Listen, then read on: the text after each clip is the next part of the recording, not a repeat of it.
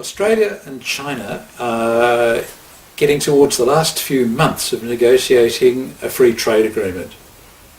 Oh, doesn't it make you yawn? What a boring subject, best left to bureaucrats. Well, actually it turns out that it has some quite interesting aspects, and particularly for the last people you would expect to be affected or concerned about the prospects of such an agreement between Australia and China, two fast-growing economies, and that's the Tibetans. Where the Tibetans come into this picture, even though neither the Australian nor the Chinese negotiators have the slightest recognition or concern or interest about them, is that if you look at it from Australia's point of view, what's at stake? What does Australia hope to achieve?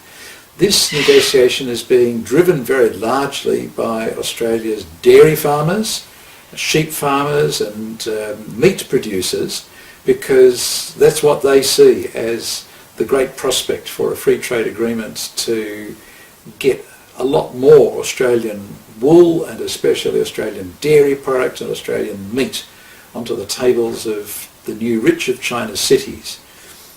But those are also what Tibet produces and has traditionally produced it, and what its traditional rural economy has actually been particularly good at producing in surplus.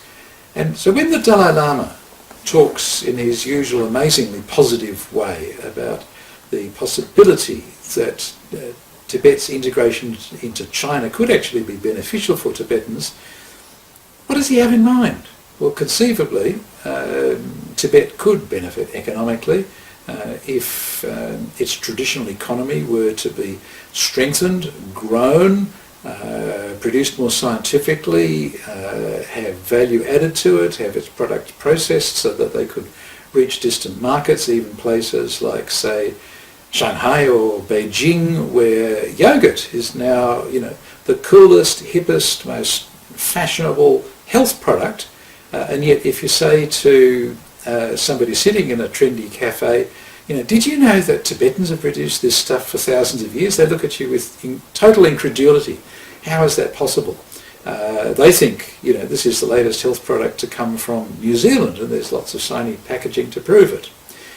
So, in short, the Tibetans are missing out. The Tibetans never stood a chance. The Tibetans have no opportunity to get their yogurt, their dairy products, their wool into the woolen mills and the food factories of China to provide good, clean, healthy, green agriculture free from contamination, which has been a major scandal in China, the contamination of milk products.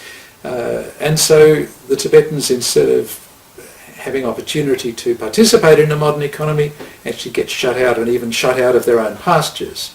So these are some of the issues that seem to be behind the scenes, giving the Tibetans a spectral presence around the table as Australia and China sit down again and again to nut out the final details of a free trade agreement. So please take a look at this extraordinary issue.